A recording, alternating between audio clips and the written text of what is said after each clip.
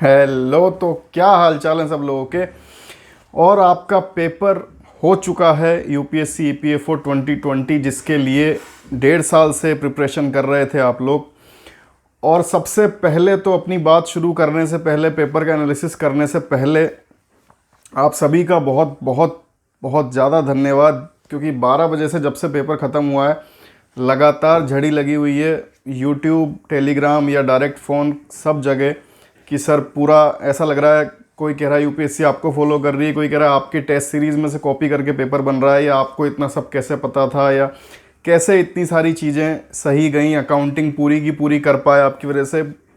Accounting यार बहुत सारी चीज़ें मतलब कर पाए पूरे पूरे सही कॉन्फिडेंस से, और अभी तक कोई पेपर में ऐसा नहीं लगा कि हाँ हमने पढ़ाई की, लेकिन आपकी वजह से ऐसा लगा। All thanks to you. मतलब all thanks to you sir. बहुत सारी आप लोगों की अप्रिसिएशन आई, लेकिन मैं यही कहना चाहता हूँ कि देखिए मेहनत आपने की है, ठीक है, एक सपोर्ट हो सकता है, लेकिन मेहनत आपकी है, तो ऑल थैंक्स टू मी ऐसा नहीं होता। पढ़ाई आपने की है, ऑल थैंक्स टू यू, क्योंकि आपने मेहनत की है, ठीक है। मैंने सिर्फ रास्ता दिखाया जो मुझे सही लगा और वो चीज़ हुई, लेकिन मेहनत तो आपकी थी ऑल द वे, ठीक है। तो आप लोगों को भी बहुत बधाइयाँ, बहुत अच्छा, मतलब कॉन्ग्रेचुलेशंस मेरी तरफ से जिनका अच्छा पेपर हुआ है, ठीक है। और जिनका नहीं हुआ है वो कोई बात नहीं, और रास्ते रहते हैं दुनिया में हमेशा, ज़िंदगी में, ठीक है।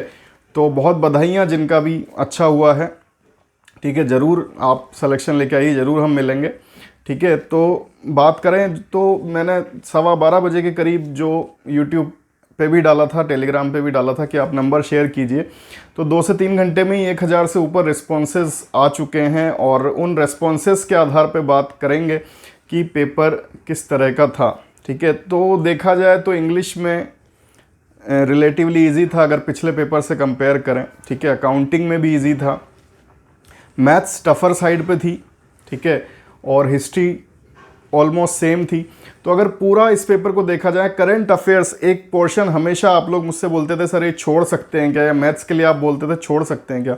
मैंने हमेशा आपसे एक ही बात कही कि छोड़िए किसी भी पोर्शन को मत, भले ही पॉलिटी से एक ही क्वेश्चन आया या इकोनॉमी से कोई क्वेश्चन नहीं आया, लेकिन मैंने हमेशा आपसे कहा कि किसी भी पोर्शन को छोड़िए मत, क्योंकि अगर आप छोड़ देंगे और अगर वहाँ पे उससे ईजी क्वेश्चन आता है तो फिर आप आंसर नहीं कर पाएंगे, ठीक है। तो फिर आपको दुख होगा कि यार मैं एटलीस्ट ईजी तो कर लेता।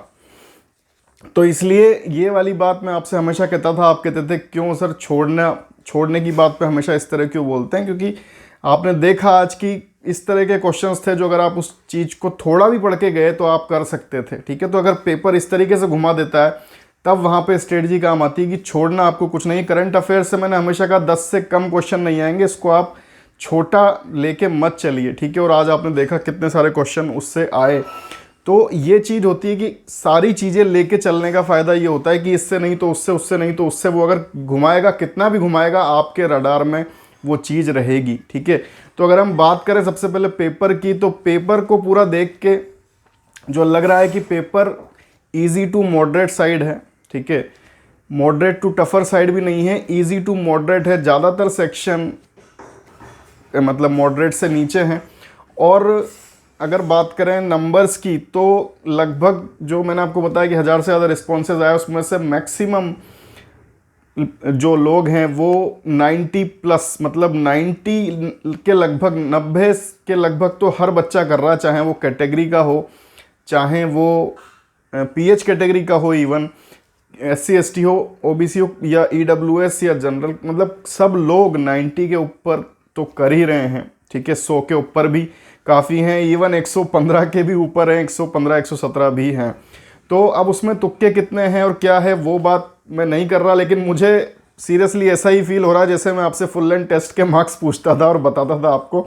तो मैंने आपसे कहा था कि होपफुली आपको ऐसा लगे कि आप फुल लेंथ टेस्ट दे रहे हैं, और वैसा ही मुझे लग रहा है कि आपको लगा होगा, क्योंकि फुल लेंथ टेस्ट से भी थोड़ा नीचे ही, मतलब एक तरीके से देखा जाए तो स्टैंडर्ड था, मतलब बहुत ज़्यादा जो वैरायटी फुल लेंथ टेस्ट से भी कम थी, और जो क्वेश्चन की डेप्थ थी वो उतनी नहीं थी। मैंने आपसे कहा था पहले भी कि कोड से, जिन्होंने पर्सनल भी फ़ोन किए, टेलीग्राम पे ही मैंने बताया था, चैनल पे ही बताया था कि आप कोड से ये मान के चलिए हो सकता है एक भी क्वेश्चन ना आए, ठीक है।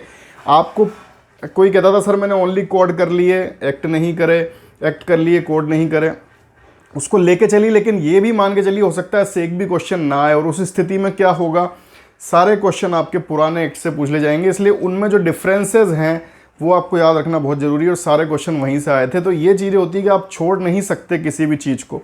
तो अगर हम बात करें पेपर की, तो ईजी टू मॉडरेट साइड इस पेपर को कहा जाएगा, और लगभग 90 के आसपास सब लोग कर रहे हैं जो मेरी टेस्ट सीरीज़ को, मतलब टेस्ट सीरीज़ कह लीजिए, चैनल कह लीजिए, कुछ भी, ओनली सिलेक्शन को जिसने रिलीजियसली फॉलो किया, जिसने बिल्कुल अच्छी तरीके से फॉलो किया, वो तो सब लोग 100 के आसपास कर ही रहे हैं। जो मैंने आपसे बोला था कि इतने तो करके आने ही है, जो एक एक बात अगर आपने फॉलो की तो इतने अटैम्प्ट कर रहे हैं, बहुत अच्छी बात है।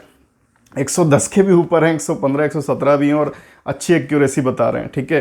तो बिल्कुल बहुत अच्छी बात है कि आप लोगों ने इतने अटैम्प्ट किए। अगर हम बात करें तुक्के की, एक्यूरेसी परसेंटेज की, तो 10 to 15%, 15 to 20%, अगर मतलब इस तरह की भी एक्यूरेसी हम लेके चलते हैं तो कट ऑफ का तो देखिए ऐसा कुछ अभी नहीं बोल सकते। आंसर की यूपीएससी की भी आ जाने दीजिए, और मैं भी कोई जल्दी में नहीं हूँ आपको अभी इसके आंसर की बताने के, रात तक आराम से बताएंगे अभी, और जहाँ भी आ रही हो आप देख लीजिए, क्योंकि इधर उधर से क्वेश्चन, मतलब कोई गलत कोई सही बताने का कोई मतलब नहीं है, पूरा एक साथ आपको बताएंगे। तो जो भी चीज़ें हैं वो आंसर की पे क्लियर होंगी, पर देखा जाए अगर नॉर्मली बात करें जो रिस्पॉन्सेज आ रहे हैं उस हिसाब से, तो 50% के नीचे अगर आपके मार्क्स आ रहे हैं, 50% से नीचे अगर आपके मार्क्स हैं और आप जनरल में हैं या ओबीसी में हैं, तो ये मान लीजिए कि बहुत ही कम चांसेस हैं आगे के। 50% से कम में ये मान लीजिए कि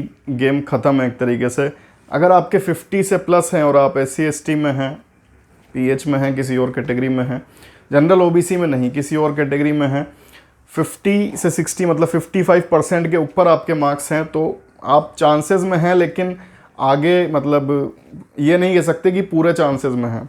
मतलब जो मैं आपसे कहता था हमेशा कि अगर आपको सिक्योर करना है RT से ही, तो आप 70% मार्क्स लेके आइए। और मेरा ऐसा कहने पे बहुत सारे लोग जो मेरे साथ थे वो तो थे ही, जो साथ नहीं थे वो बहुत हंसी भी उड़ाते थे, बहुत कहते थे सर ऐसी कैसी बातें कर रहे हैं सर, यूपीएससी को आप जानते नहीं हैं कि आप किस तरह की बातें कर रहे हैं, ये है वो है।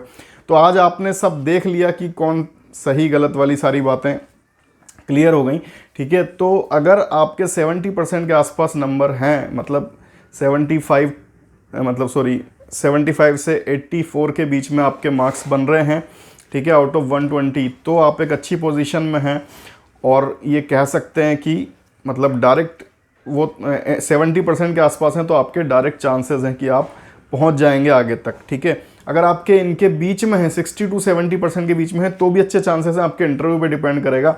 अगर इससे नीचे हैं, 55 to 60 की रेंज में हैं, तो फिर थोड़ा सा मामला डाइसी है, और इंटरव्यू में अगर आ भी जाए कॉल तो आगे की राह मुश्किल है, ठीक है। तो इस तरीके से आप चीज़ों को देख लीजिए और थोड़ा सा क्लियर हो जाएंगी, और चीज़ें टाइम निकलने के साथ फिर हम कट ऑफ और आंसर की दोनों पे अच्छी तरह बात कर पाएंगे, ठीक है। तो यही सारी बातें मुझे आपसे करनी थी। बहुत बहुत धन्यवाद आप सभी का, जो कमेंट्स और प्यार आप सब ने मुझे दिया।